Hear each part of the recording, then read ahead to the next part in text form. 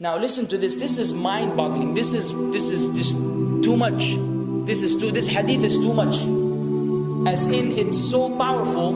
If you were to reflect on it, you should, maybe faint. When Allah loves a slave, He calls on Jibreel. Who's Jibreel? You know who Jibreel is? The greatest of the malaika, as far as Ahl Sunnah wal Jama'ah. The one whom when the Prophet ﷺ saw, he fainted alayhi salatu wasalam, because of his wings had covered the horizon. Jibreel, the angel who's responsible for the most virtuous thing, which is conveying the revelation from Allah to the messengers of Allah. Jibreel, and what do you know about Jibreel?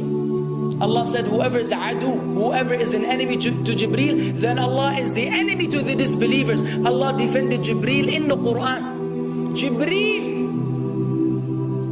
the one who took the Prophet ﷺ in Al-Isra al-Mi'raj, in the ascension to the heavens. Jibreel, the malak, which we don't know what to say about, because of his honor and his virtue in the sight of Allah. Allah will call on him to share with him the love which He has for you. Allah doesn't need to do this. He could not do this, but Allah likes to do this, so He does it. He says, I love Fulan. Now I want you to think that Fulan is you.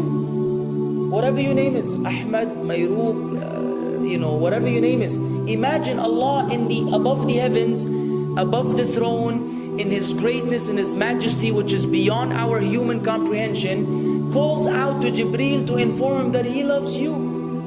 And then only that, فَأَحِبَّهُ, then He commands Jibreel to love you also. So Jibreel now loves you. Allah and Jibreel love you. But it doesn't end there. Jibreel then will call upon the inhabitants of the sama. Who are they? All the malaika. How many? We can't even count. Trillions and trillions of malaika which Allah created beyond our, again, human comprehension. All of them are commanded simultaneously to love you. First Jibreel says, Allah loves Fulan, so now you have to love him. Then all of the angels in the heavens love you. Then Allah will place acceptance for you on earth. So people will love you. Not everyone. You may be saying, why do I have enemies? People who love the Sunnah will love you. The people who love Allah and His Messenger will love you.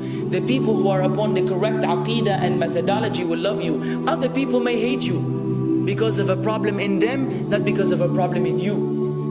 Because you may say, well, this fasiq, this evil, disobedient person doesn't love me. Don't expect him to love you. He loves people like himself. Who will love you? Righteous people. Righteous people. They don't know why. They don't even know why. You've never even given them $1 or a riyal or a pound. You've never done anything for them. Maybe you scream at them. Maybe you do other things. It's Allah. Why? Because Allah had loved you first, then Jibreel had loved you first, then the malaika loved you afterwards, then Allah put acceptance for you on earth, so people have no choice but to love you. We ask Allah to make us among them. Now what better than that? What else do you want? What else do you want? What? If you're a person whom Allah loves, in every movement you go, you do, you pray, you sleep, whatever you do, you are among those whom Allah loves and Jibreel loves and the angel loves. What else do you want, ya akhi?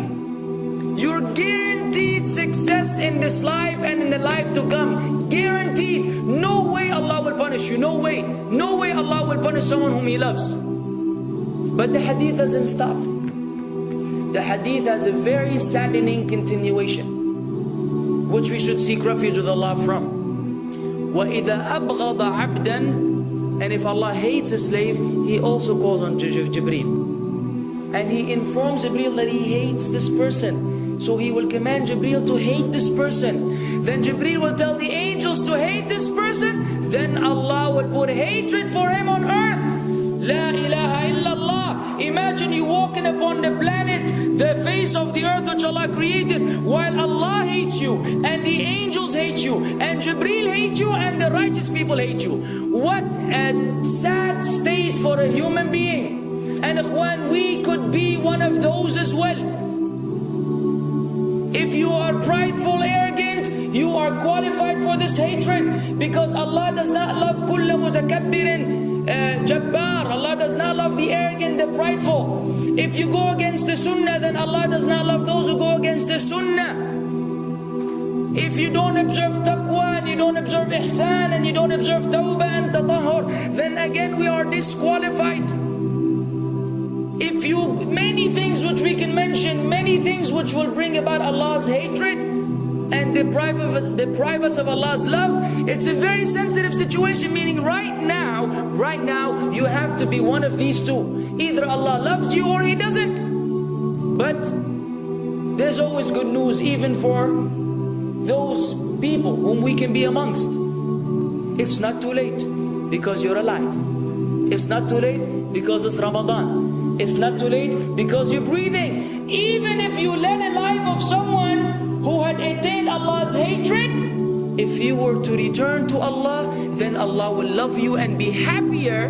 He will be so happy with your tawbah than a man who lost his mount in the desert. Upon it was his food and his drink, and then he waited under a tree for death, and all of a sudden he opened his eyes and he sees his camel or his horse or whatever that was right in front of him, and he gets so happy. He said, Allahumma anta abdi wa ana rabbuka. Oh Allah, you are my slave and I am your Lord. Kufr. He said a statement of kufr, but the Prophet ﷺ said, أخطأ من شدة الفرح. He made a mistake because he's so happy.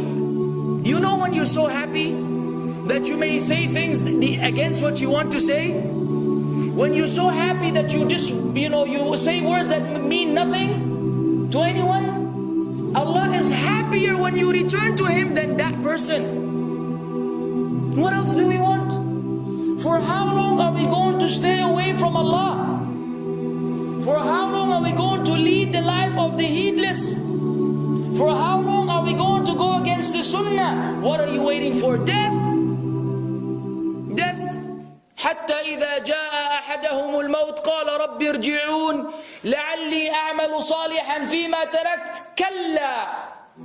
Until when death comes to one of them, you say, oh Allah, allow me to return so that I may do good in that which I left behind. And it will be said to him, no, it's only a word. إنها كلمة هو قائلها. It's nothing but a wish and a word he will have. It will not be fulfilled. Let us not wait for death, ya akhwan. If each one of us here, by Allah, if each one of us here acted upon the sunnah, lived according to the sunnah, and invited people to the sunnah, and enjoyed what is good, and forbade what is evil, wallah, we will make a major change in the city in which we live. And if Muslims here and this all over the world had that same attitude, then we will change the condition of the whole ummah. So no enemy can come and play games with us. We will squash them, all of them. Because Allah will defend. إِن تَنْصُرُ اللَّهِ يَنْصُرْكُمْ وَيُثَبِّتْ أَقْدَامَكُمْ. If you aid Allah's deen, Allah will aid you and will keep your feet firm. But we don't even live according to the sunnah, let alone be given victory over the enemies. So we're being humiliated in everywhere we go in the world. So let us make that change. Now that Ramadan is here, now that you've been given this sudden inclination towards good, if we don't succeed, if we don't take advantage of this month, wallahi, we are losers. If Ramadan ends and you are the same way you were before Ramadan began, then one of us is a loser. If we don't return to Allah after Ramadan, then we are losers as well. So tonight, bi'idhnillah, always on our mind, attaining Allah's love, acquiring Allah's love, fetching for the sunnah, and acting upon it whenever we're able to do so.